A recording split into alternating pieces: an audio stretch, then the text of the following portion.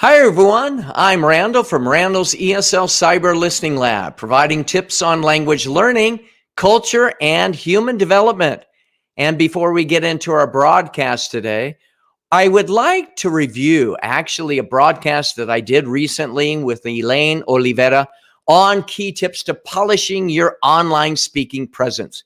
And I think for many teachers, they would like to make sure that when they're presenting like that they come across to their students, to their audience in a very polished and professional way.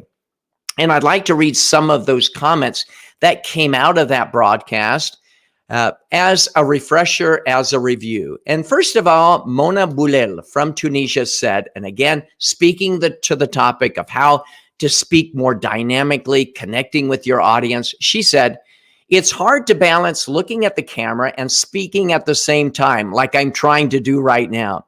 Keeping focused on both things isn't easy.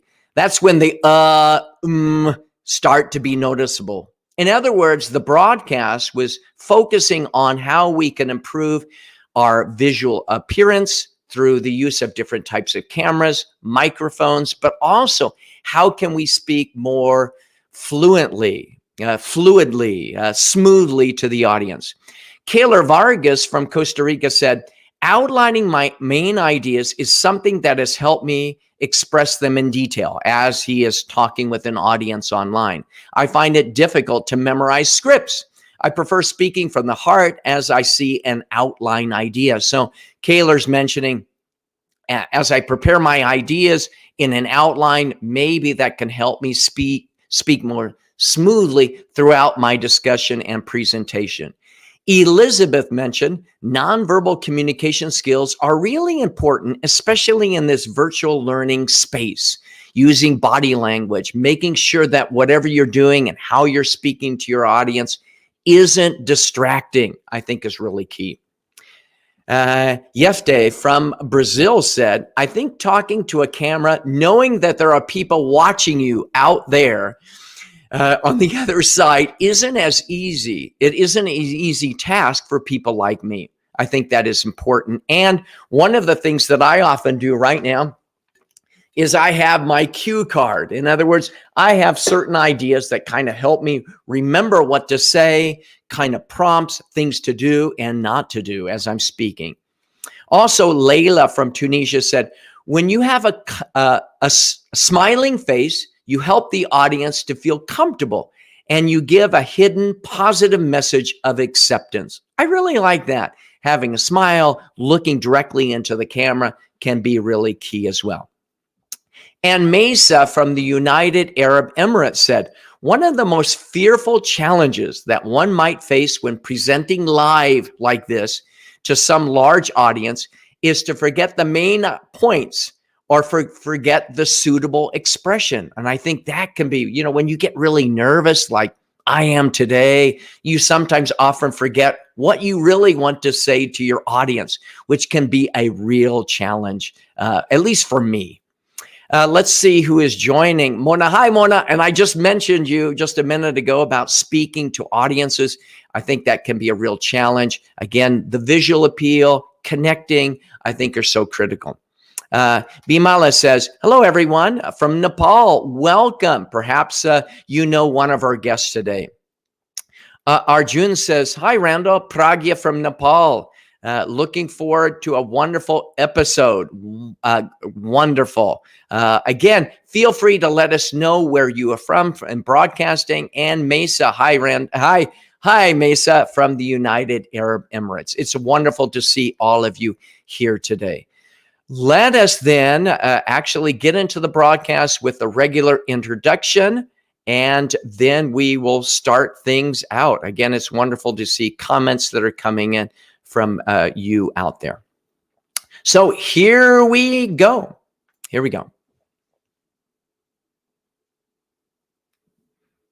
Hi, I'm Randall from Randall's ESL Cyber Listening Lab, providing tips on language learning, culture, and human development.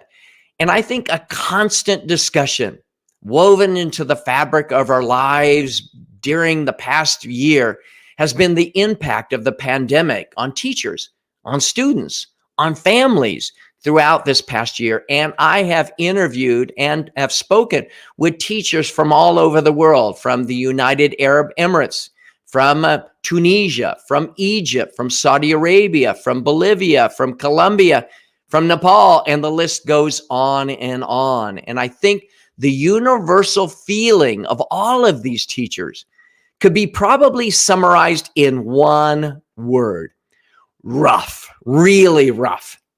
And I've greatly filtered that word and the feeling for our viewing audience.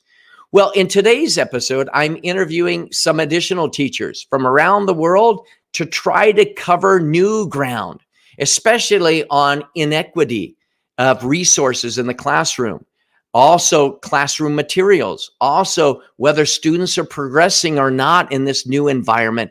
And I think you will really enjoy today's discussion. So what I like to do is I want to bring on my guests for today.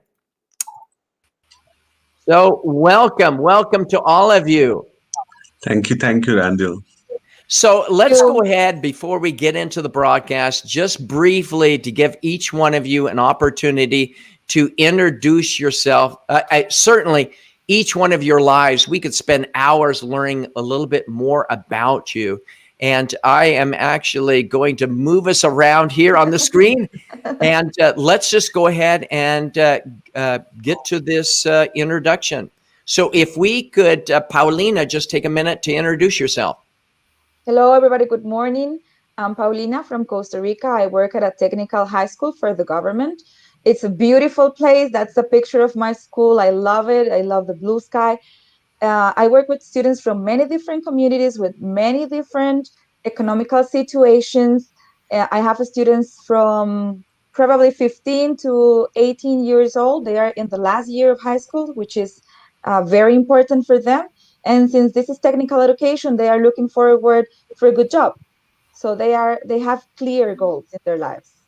All right. Thank you, Paulina. And Sudeep, if you could introduce yourself. Hello, everyone. I'm Sudeep Kesi from Nepal. I represent Arjun English Boarding High School. The place where the school is located is called Thamgas. Then the district is Gulmi. So it's a small valley. As you can see, it's surrounded by hills. The population of the place is around 35,000. And basically, for me, it is located in a semi-urban area of Western Nepal. And thank you, Sudeep. And Esther Vasquez, if you could introduce yourself. Okay, well, I'm from Buenos Aires, Argentina. I work at several different middle schools, and then I am a teacher at UBA University, that is La Universidad de Buenos Aires, and I'm a teacher trainer. We are a team of five, around five teachers teacher trainers who train around 2,000 teachers in the city of Buenos Aires.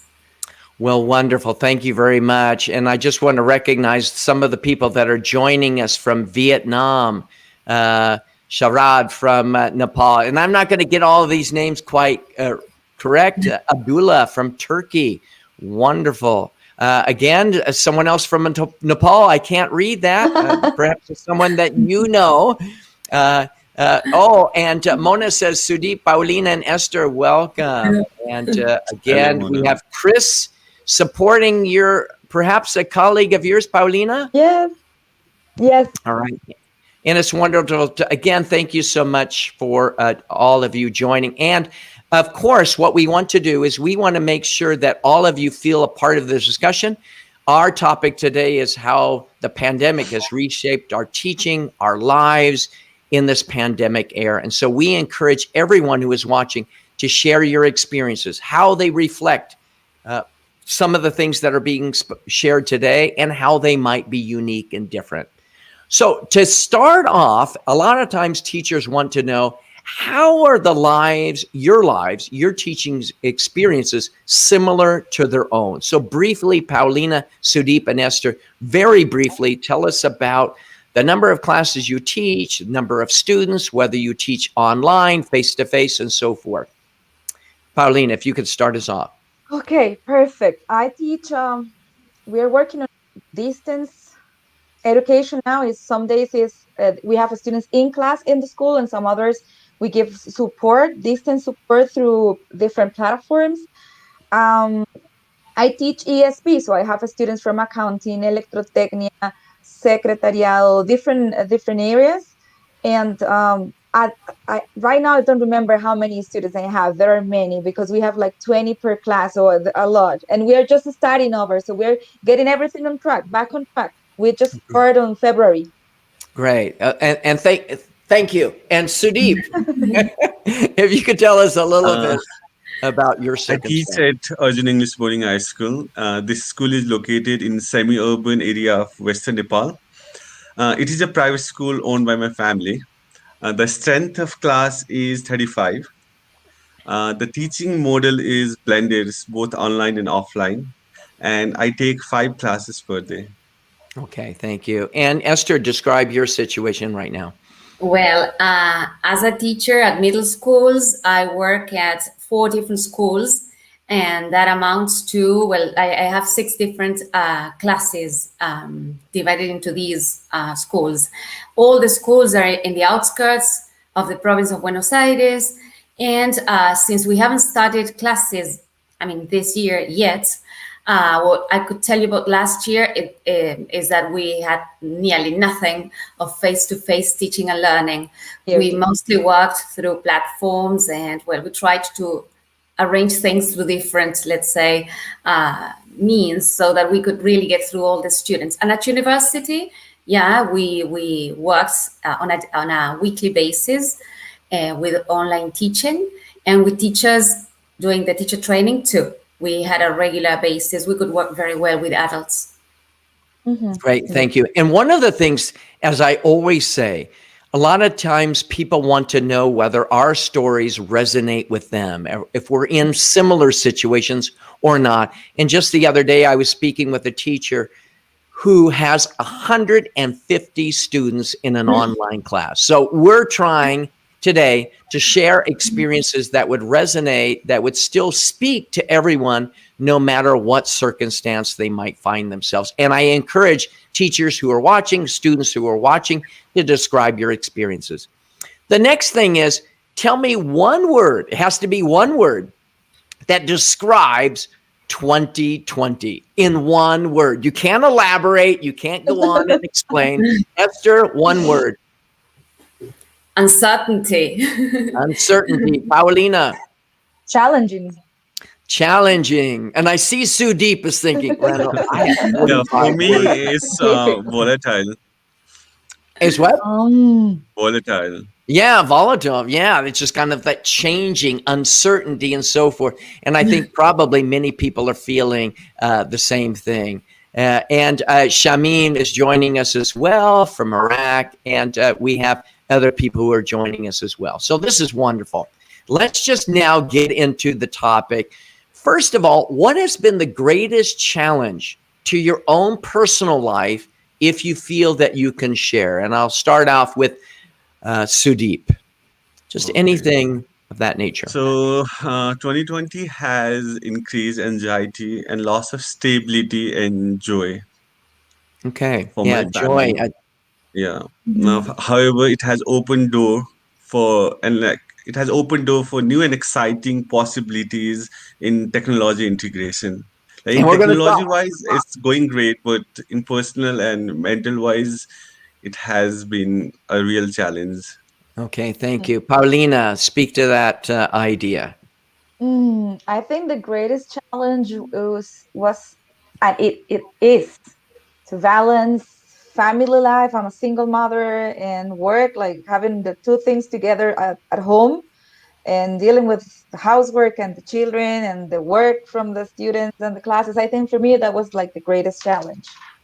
Oh, it can be extremely difficult. And Esther, what about yourself? Well, I would say that I found it very difficult to cope with everything in the same place. Being a mother, being in charge of the house, being a teacher, it was overwhelming. One word that I would also use is that. Then I tried to cope with this and to learn new, let's say, strategies to cope with, I mean, this difficult situation, because it was an issue at the very beginning. So I would say that, as Sudeep said, I agree with you that at times it was difficult, yes, as you just said, to kind of organize everything. I felt really overwhelmed more than once. I And I totally think, feel True, I true. totally feel you there completely. From we're in the same page. yeah. And certainly, as part of the live broadcast, we want to hear from other people who have experienced different challenges in the past up until now, and perhaps future challenges. And we're going to dive into that in many ways. The next question, which we will be covering throughout this broadcast, is in what ways has the pandemic changed your teaching? We know as we were preparing for this broadcast, we're going to address these ideas in more detail. But just basically, if you could say, this is in one way in which the pandemic has changed me, and we invite certainly those that are watching as well to share their experiences, what would that be, Esther, to start us off? Well, basically, I had to learn certain platforms I knew about but had never dealt with. So I had to learn a lot. I remember when I had one of my friends who lives in the States having a video conference with me to teach me how to use Zoom, how to, let's say, organize a meeting and how to send it to others. Now I see it as such an easy thing, but I had to have somebody teaching me. So, well, I've learned to learn things that I didn't know how to use so as to get to more students. But it's been tough because many of my students do not have connectivity. So I still feel that we've tried to keep connection, but sometimes without connectivity, it's been a real hard issue. And let's lead that into the same ideas. When you were talking about how it has changed your teaching, we're also talking about logistical challenges facing you, your students, parents. Paulina, what is it like in Costa Rica? Again, we have Argentina with Esther, Nepal from Sudeep, and Costa Rica from Paulina. Describe some of the logistical challenge, Paulina. Well, it's a lot of work logistically, and even fixing up the classrooms for the amount of students that we can have now in a class, for example, was like a week work, because in the past we used to have 35, 40 students in one classroom. Now we can have only 10. And we had to remove a lot of furniture, take out a lot of stuff so we can have 10 students, and then try to organize the work, the ones that are working at home and the ones that have zero connectivity. So we have to send them the papers, and the ones that we have in class, sometimes a lot at the same time, right? And also like being aware of the challenges our students are having: no connection, no mobile phones, or maybe they have mobile phone but no internet at their places, or they have the access but they don't have the money to get the devices. So it's a Yeah, real it's very, challenge. very challenging. Yeah. How about Sudeep in your area of Nepal? For me, like communication between home and the school has always been a challenge, even when all the schools were open and there was no any pandemic to worry about. Yeah. But like when school moved to remote learning, this challenge only intensified. So for that, we did weekly phone calls home. We had to organize. We had to prepare like separate Facebook group where you could connect with the parents, and even for the teachers, we used Zoom and Teams for the meeting.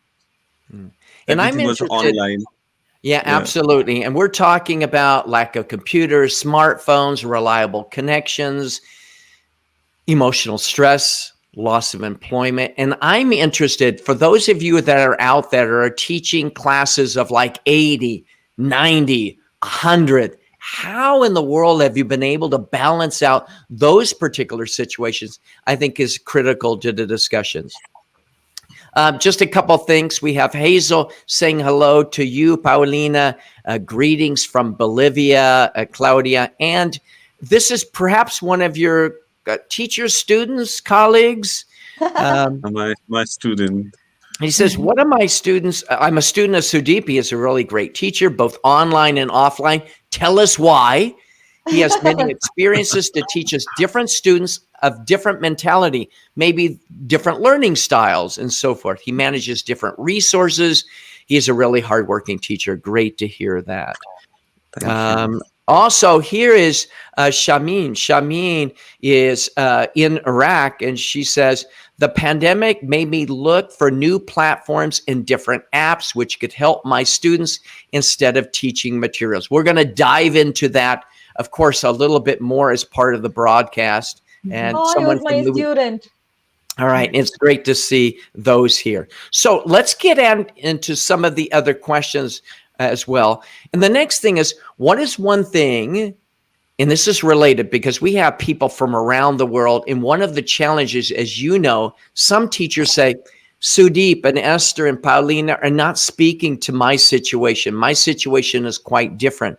But is there anything you would like people to know, Sudeep and Esther and Paulina, of a specific challenge in your area that others might not see in yours or theirs? Any unique challenge that, I'd really like people to know that in Costa Rica, Nepal, where I live, or in Argentina, where I live, that I really want people to know of a unique situation that you might not find somewhere else? Anyone that could speak to that? We do not have internet access in most of the town where I live. Mm-hmm. So the parents, it was very difficult for my parents to get access to virtual classes. They actually had to purchase mobile data, and it's way too expensive in Nepal for the classes. Okay. So, you're saying in most of your area, in the city where you live. Yeah, Okay. exactly. That even the internet is very expensive. And so let me speak to this for a moment about the differences in private schools and public schools, because this could lead into the idea of inequity, right? Inequity. So Sudeep, to speak to that, and then Paulina and Esther, when you say, Sudeep, in most of my city, there's not reliable internet connections, how is this disparity different, for example, like a public school or a private school? Do you see differences in resources and inequity in that particular case? Exactly. Like in private school, as it's privately owned, the resources are a bit few because it's not like the government doesn't help. It's not government funded organization. But in government school, there are a lot of resources because the government fund those schools. So there's a kind of gap. So what is happening to one of your friends that teaches down the road, is in a public school, does not have internet? What are they doing? Uh, Even in the pandemic, what they used to do is they used to collect students from certain area and they used to teach them, like even in open spaces. Even in such condition, like they used to collect students from their area and they used to teach them in like open ground or somewhere around that. You mean like outside or somewhere? Outside, yeah, outside Okay. in the ground or some public places that are open. So they used to collect students. So teachers trying to be very creative in whatever space they have. Yeah, Yeah. because there was like lack of resources, so Yeah. that was the only options left. And we're interested, if you're in that situation, like Sudeep is mentioning, what are you doing? Please share with us. Esther and then Paulina, speak to that idea of an inequity of resources. Yes, I've seen it mostly, as I said before, at middle school, right? The schools where I work are state-run schools, and some students do not have more than one device at home, and they had to share it with others. So it's not just a question of the connectivity, it's a question of not having devices enough. And so that's why we had very few synchronic lessons, because it would be, in some way, it would have been a bit unfair to, just fix times during the day when they had to be there, because sometimes they work with the smartphone that the father, the mother, or somebody takes to work. So we mostly went, let's say, through classroom. And then we learned two different, at the beginning, we thought we were going to send some kind of work for them to do and some explanations once a week. And then we started kind of, splitting work and sending them tasks, but not 1 week let's say, after the other, so that they really had time to cope with all that they had to do. That's one thing we learned gradually. At the beginning, we thought we were going to be able to keep something more kind of smooth, and it was not that way. Yeah. Good. Paulina, thank you, Esther, for sharing that. Thank you, Esther. Thank you. Welcome. I'm impressed by Sudeep, what he just said, because in Costa Rica, private schools have a little bit, I will say, a lot more resources. Parents are the ones that are paying for that education. So usually when you send your kids to a private school, it's because you have some economic advantages maybe. And so students have more resources, they have more materials, they got materials at home printed by the school. A lot of platforms probably that are a lot better than the ones that we use in public education, because the government has to split the money it has for education to many schools. And thank God we have in Costa Rica a lot of schools, which is really good, and high schools, and different programs for each interest, almost like sports or arts or technological schools or technical schools like mine. But splitting the government to all those schools is not an easy task. And I think, as I agree with Esther, like we have to go week by week, day by day, like setting up what we're going to do, and like testing and with what works better for each one. And some things work for some students, but some others don't work like that. So it's like a daily work. Yeah. And I think that's one of the challenges, is that I think a lot of people often talk about thinking outside of the box, but sometimes we have to think way outside the box. I mean, it's like in many different boxes.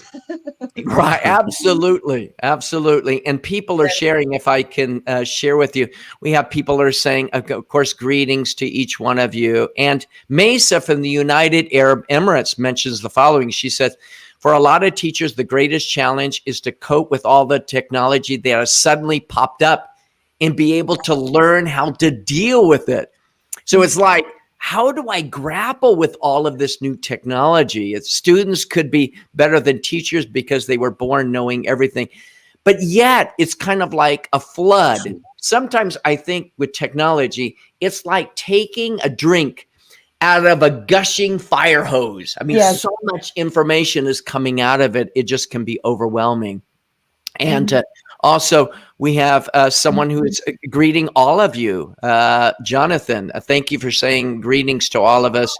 And Mona mentioned from Tunisia, and I would like to hear, even if you're in Tunisia or in Nepal or in Argentina, probably the vast resources that are available and not available to teachers is probably huge. And Mona says, in my school, we don't have internet access in the classrooms. So I have to rely on myself to provide internet, which can be challenging for many teachers. I don't know how that is. For example, Sudeep, in your class, in your school, do you have internet access? No. In my school, I have, but not in the classroom, as Mona said. Okay. Our So classrooms they do not have internet access. okay. Which is challenging. And Mona says, hybrid learning is not possible in all schools in Tunisia. Thank you for sharing that. When we speak about one country, it's not representative of every school there. Pupils can have access to internet at home, so it's mainly face-to-face, which is really important. Here, when the pandemic started, the government took the initiative to reach maximum students, running classes topic-wise via radio, television, an hour a day with different subjects. So I think many governments are trying to think of different ways. And again, Sudeep, being a student of some of the great teacher around the world is a proud moment for their students, being able to share your experiences. And I think this is reflective of, Sudeep, of the impact that you've had. Let me read one more comment and then we'll go on. Mesa says, I think the United Arab Emirates students found equality in almost all schools because the Ministry of Education offered a lot of facilities to students. Also, the telecommunication organizations responded positively. But I don't think that is reflective of every country, of every experience, and so forth. No. No, not at all. It would be great if it were. Let's talk. The next question is, in what ways has technology helped or hindered teaching and learning? Esther, could you speak to that particular, first of all? How has it helped you, and how has it not helped you at all? Well, I learned how to use some apps, right? And I think that my students, those who could, let's say, have synchronous lessons, as I said before, mostly that was at university, we could have fun lessons. Let's say we could revise the material, see it, and not just talking, but using certain apps that made, let's say, the work funnier, I would say easier. So I would say that it helps in that sense, and hindered because of what we've been saying, or most of us have been saying, that because some students do not have connectivity, we found it very difficult to reach them. So that showed inequity. We did not reach many students actually. So it's been very hard. Thank you. Paulina, Sudeep, to speak to that particular question as well. I think it has helped a lot. We have learned a lot. We teachers, right? Like a lot of new apps, a lot of web pages, a lot of resources that were completely new for us. I have never heard of Zoom. I've never heard of Teams until I had to use them, and now I enjoy them. But again, for students, it just made the gap more obvious, right? It just makes that difference between one another. Now it's very obvious, and that's not also psychologically good for them. Right. Sudeep, any thoughts? Yeah, And you I share a agree. particular Yeah, technology. I agree with both of them. It's like I was being, I got familiar with so many technologies like Google Classroom, Padlet, Flipgrid, and then for me the Hindu was like, as I would say, like struggling with the availability of gadgets. Mm. And I think one of the things, if I go back, I remember at the beginning of the pandemic, someone mentioned Zoom. I said, Zoom what? What, what is Zoom? And I look back now, you know what? I wish I had invested in Zoom back in 2016 or 17. I might not be doing this today, but I think I'm sorry, Sudhi. No, I think many of us, when I look at it, I think it's helped. It's propelled our learning forward.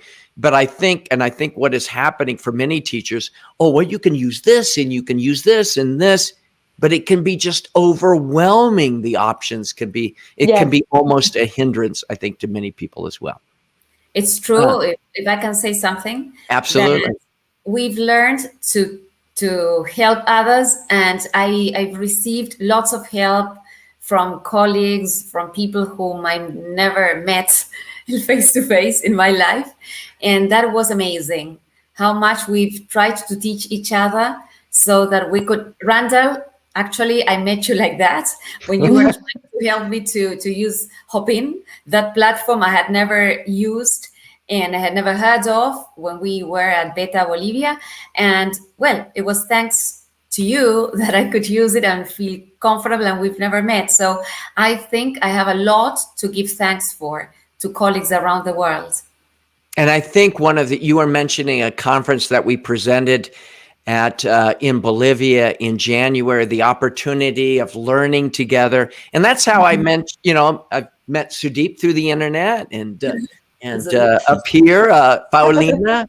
And I think that's one of the enriching experiences it has been to meet so many people.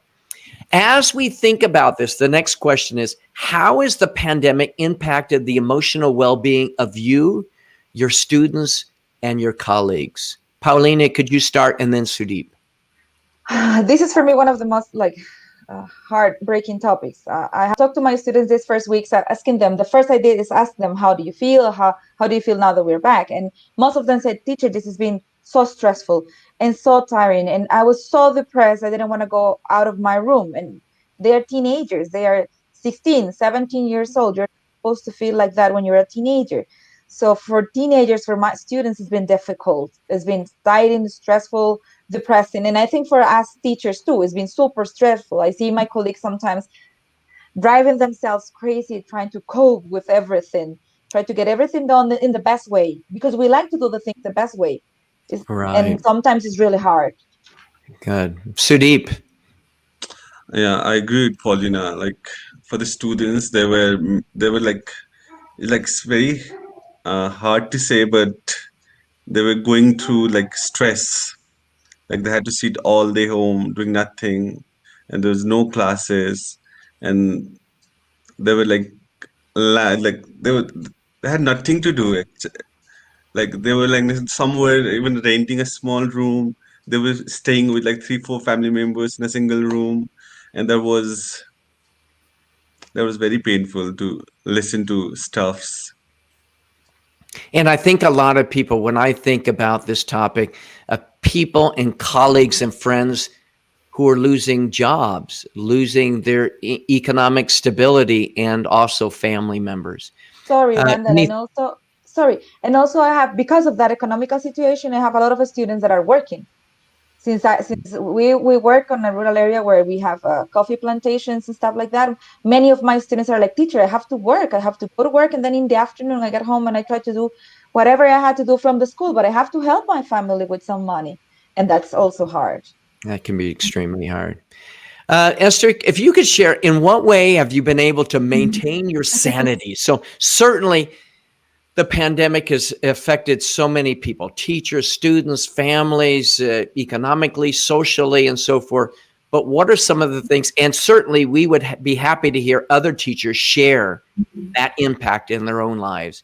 But what have you done personally, Esther, to somehow maintain your sanity in this really difficult and trying time?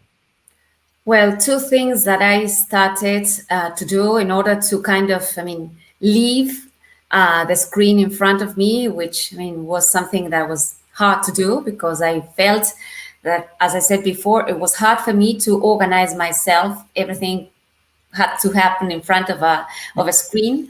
So two things I did was I started walking my dog, and that was great because he is a very good companion. So that was new to me because I have a big garden, and so he does not need to be walked, let's say. But still, it was amazing. I loved it, and it helps me a lot. And then I started a writing workshop, which helped me a lot as well.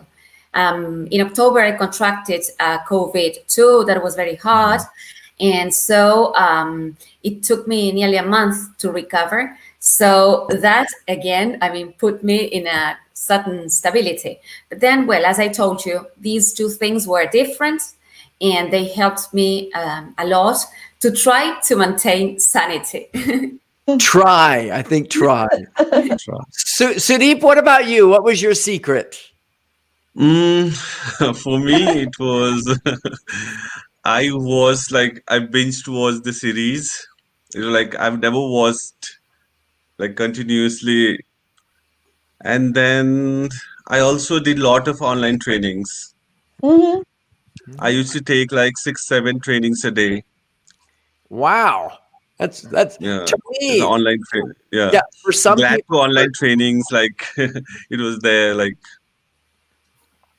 Yeah, and for some people, they find meaning in doing that type of activity. That's great. Paulina, what about you to maintain your sanity?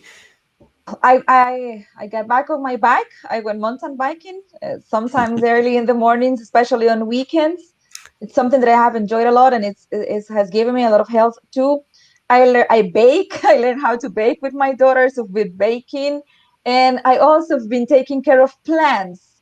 And now that I have to go back to school, I miss my plants from home, so I took 2 plants to my classroom. So I have them there every time I watch it. I'm like, oh hi, darling, morning. I water them, take them to the sun. It's something that I've never done before. So those are the 3 that have helped me, like distracted from the screen. There's it. Yeah. And one of the things I've taken up, I've done more mountain biking here in Utah. There are a lot of mountains, and the ups and downs of climbing and descending, sliding on ice, because there's still ice and snow in the mountains where I ride a little bit, and sliding and running into a tree. All of those are reflective of the highs and lows of the pandemic, because it certainly can be a deep challenge. Yes. Mona says from Tunisia, she says, my students have been through a lot of stress during the lockdown, but felt a kind of relief when they were back to school. However, they always say it will never be as it was before. And we hope that overall in a positive way, but certainly we know that loss of life and loss of employment have been certainly really difficult. And Layla says the pandemic gives an opportunity to reorder our priorities, to rethink of what we're doing in our lives. Thank you, Layla, for that comment. Next, a lot of times people ask, to what extent has the pandemic impacted student progress in terms of how quickly students are learning, trying to catch up, and so forth? If Sudeep, if you could start us out, and then Esther. Yeah.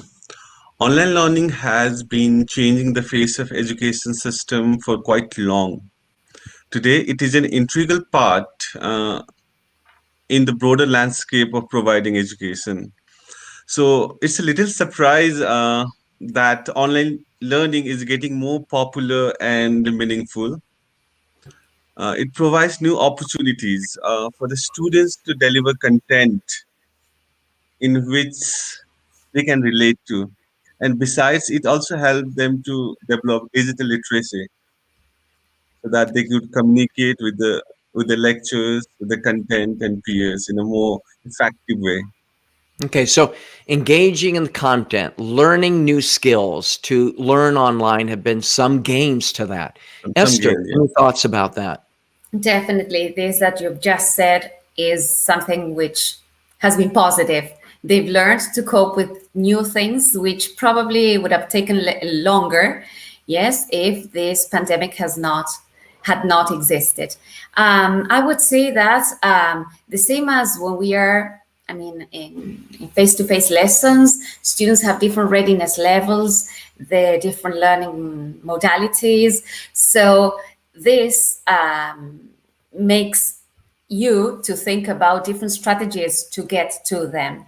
Having to teach them online, especially when for example, in Argentina, we met them, and I had not met some of my students by the time I started with online lessons. So I had to plan for the whole. And so I think that must have impacted a lot on some students who probably, if I had been face to face, I would have realized needed an extra support. And so it was harder to know when to give extra support, what type of extra support. So in that sense, definitely, apart from all the things we've been saying so far, it must have impacted in their progress. We'll see it this year. We are just about to start lessons now in Buenos Aires, Argentina. Now, one of the things, and I want you to speak, if Paulina, to this as well, if by chance, one of the things I'm constantly hearing in our area, in public schools, is that teachers feel that public school children are falling farther and farther behind. In other words, yes, we have all of these new technologies, but because they were doing remote learning in a time where teachers were just trying to figure out how technologies work, a lot of teachers are feeling, no, my students, yeah, they're learning new skills, but also I'm having to try to play catch up. Any thought, Paulina, in your own particular classes? I think I know sometimes we feel like we're chasing students and parents, like chasing them to get them back on the track, right? Because it's very difficult. Like, and as you said, they are getting behind and behind and behind because we cannot get to all of them the way we do when we have them in the class. And I totally agree with Esther down there, right? Yes. Um, Yes. when you have students face to face, you can read their body language and notice what's going on. But when you don't have them like that, you have to figure it out what's going on. If he's not in the classes because he doesn't have connection, or just because he doesn't want to, or because he's working, he's not getting into the rooms because he is sleeping, because he's depressed. So there are many scenarios there that are very difficult to handle. And yes, it took us in Costa Rica, it took us like a month to get on track with the platforms, and then like some more time to get on evaluation process that we were going to choose. And now that we're back, it's a similar process. I mean, we're just figuring out everything, how everything is Right. going to work. So obviously is not the same, and some of them we'll find more difficult situations. I think for me personally, when I started teaching online with these new classes, I felt I could only get through maybe 75% of what I used to be able to do through online in a face-to-face environment. I was able to do everything I had planned, but an online environment, I could only get through 75%. But Mhm. as I've learned better, as I've learned to customize my lessons Yes. using technology judiciously, balancing things out, I'm getting closer to what I used to be able to do in a regular class. Maybe other Randall, people are more skilled than I am, but it just was a learning curve for and me. someone said it before on the comments, we learn to prioritize. So we learn Mm. which were the most important things that we want our students, like which is like the core of this. So let's work over this. And Yeah. then, yes, exactly. We reorder our priorities and we chose which ones are the ones that are really important. Like we must get to this topics or these contents or this pronunciation or whatever it is. And let's figure it out with the others. How are we going to handle Right. on the track? Absolutely. And thank you, Layla, for bringing that up. Certainly, new technologies are revolutionizing what we're doing. And I think we're benefiting and playing a little bit of catch up and learning how to do things best. A few more questions before we wrap up today's episode. In the pandemic era, what do you think are some of the qualities of effective teachers, of online teachers in online environments? Perhaps some are similar to the past, but how have your own qualities changed over time because of the pandemic? Esther, and then Paulina. I would say something I said when answering one of the questions. One of the issues is to try to connect with students. If you connect, if you try to create a bond through whatever means, things will work in the short and in the long run. But creating connectivity, because connection is not enough. It's connectivity and connection. Yes, internet connection. But if you cannot connect, I mean that drive we humans have for, I mean, human connection. That's what we have to first, if we want to be effective. That's my humble opinion. We have to try to go for.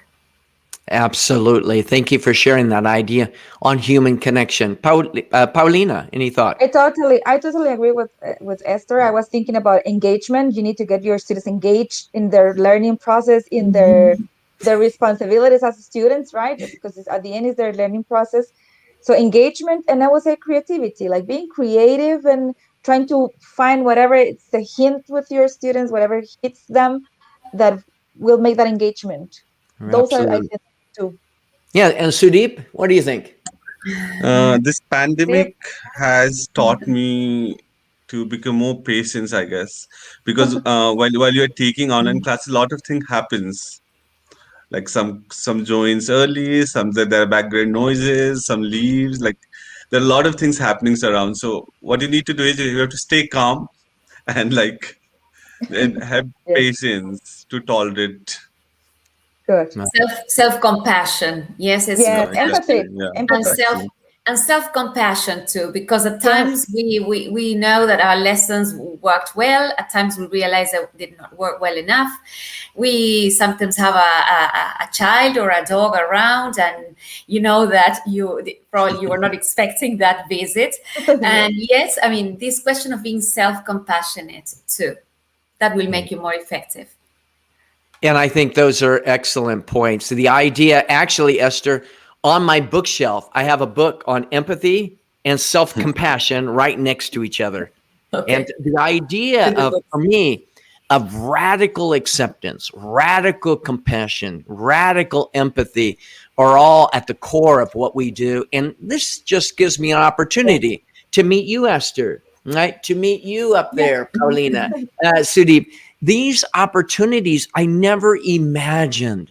And so the idea of reaching out to people, I think, is so critical. So to wrap up, what I'd like to do is I'd like to look at a couple of other comments that have come in. One, Mesa says student progress depends mostly on cooperation between parents and schools and teachers. I think once rules are set, all have to follow, and that is exactly what we have followed in our schools. Schools contact parents if children are late or not attending. So reaching out, I think, is really important. Layla mentions it's hard for students to learn about online technology and focus on the content of lessons. Maybe trying to balance two things or five things at the same time, I think, are really key. Another engaging tone and creativity with time management is, I think, important. And here's another comment from maybe one of your students, Sudeep, but I think is well spoken. The pandemic has teaches many students different fields. Maybe pandemic has introduced students to Microsoft Teams, Zoom, Google Classroom. You mentioned Sudeep, I think earlier, that was new to you. Is that correct? Yeah, it was very new to us. Right. It's So, benefited same all here. of us. Victor from Mexico says, I totally agree with Esther. I strongly believe we have to find a connection with our students during the first day of class. I open up a certain way and show them that they can achieve great results in their own particular way while studying English. I also believe we need to sell ourselves to our students. Nobody learns from someone they don't like. So being really positive and creative are really key. Thank you, Victor from Mexico. So the last two questions. Question number one is, what advice do you give to people who are considering a career in teaching, but now since the pandemic are wondering if it is right for them? Sudeep and then Esther. As I have said earlier, my advice is like have patience. Everything will work out eventually, and giving something to students is very rewarding. Yes, it is. Okay, good. So having patience. Esther. And I fully agree with what we've been saying before, prior to the broadcast. I cannot be neutral. If you love teaching, if that's your passion, go for it. It's really rewarding. It's really amazing. It's very challenging, but it's the profession that creates all professions. But apart from it, you have the chance to really become a better self if you're humble enough. I love teaching, so go for it. Right, great. And Paulina, if you could start us off, I'm going to have each one of you speak to this question. And those that are watching the broadcast, feel free now to share any of your final comments about the pandemic, how it has impacted your learning, your teaching, what you see for the future, any tools that you've learned. But Paulina, if you could start us out, what are your predictions for the future of education in 2021 and beyond? I always try to be very positive. So I think it's going to be great. We have learned a lot already, and we're just adjusting some details to make it even better from now on. And again, I like to be positive. I prefer to be positive. There are many things that can go wrong, but as Sudeep said, it will turn out well at last. At some point, it will work out, and we will find a way. Teachers have that. We have that magic, like to create and make things that were not good even better than they were supposed to be. So it's going to be a good. It's going to be a good 2021. Just all that we have learned, it's going to be part of this, and we already know how to adjust ourselves to different situations. It's something that we already learned from last year. That was a lot of changes to our lives and to our schools and to our students. So it's going to be really good. Great, thank you. Esther. I fully agree with Paulina, and I love this posture that she takes. Let's be on the positive side. We know that we've learned, probably, and I take it as a general thing, and I may be wrong, but I think that we've learned that new things could come, that we were not ready for everything, that we have to be humble enough and stay on the positive side. Everything will pass. Stay on the positive side. Be firm on your convictions. Work hard. Be good. I mean, 2021, 2020, or whenever in the future. The world will be a better place if we all individually collaborate and help with our little bit of, let's say, of what we do. Great. And Sudeep, any thoughts? As Paulina, like the word she said before, like it's like magic. So yes, teachers are magician. Whatever happens, they're all prepared for like everything. We're prepared for whatever comes in the future. And I think that has been echoed throughout the broadcast. One of the comments that has come in, the pandemic has been very difficult for students who live in the countryside, in the village side, as they have no internet connection, neither laptops, no computer, have created, but just this type of situation has created so many challenges. And one of the things that Layla, this is Layla saying, can you give us some easy and new online applications? I think perhaps that would be a good opportunity to do a separate broadcast of focusing on, you're talking about the broader landscape, you're giving different ideas, but maybe talking about specific, we mentioned Zoom and we mentioned this and that, but maybe go into more specifics could be useful. And then Mesa from the United Arab Emirates says, in order to be a successful teacher during the pandemic, you need to be a multitasker, patient, right? Tech savvy, computer technician. If you have all of these qualifications, then go for it. You are a champion. And if I could end up by thinking about this idea, what do I think is coming down the pipeline for 2021 and beyond? I have no idea. It's kind of like, for me, change is inevitable. It's like, buckle up your seatbelt and enjoy the roller coaster ride, because there'll be highs and lows. And I'm just hoping that creating such a community like this with you, Paulina, and Esther and Sudeep gives people an opportunity to have hope and positivity in all that they do. So we want to thank all of you that have joined the broadcast. Thank you so much for being a part of our voices today. We really appreciate you sharing your ideas, your opinions, because that's what really changes what we do. And all of us want to hope for a wonderful today and an even better tomorrow. Until the next broadcast, take care. Bye. Bye. Bye-bye. Ciao.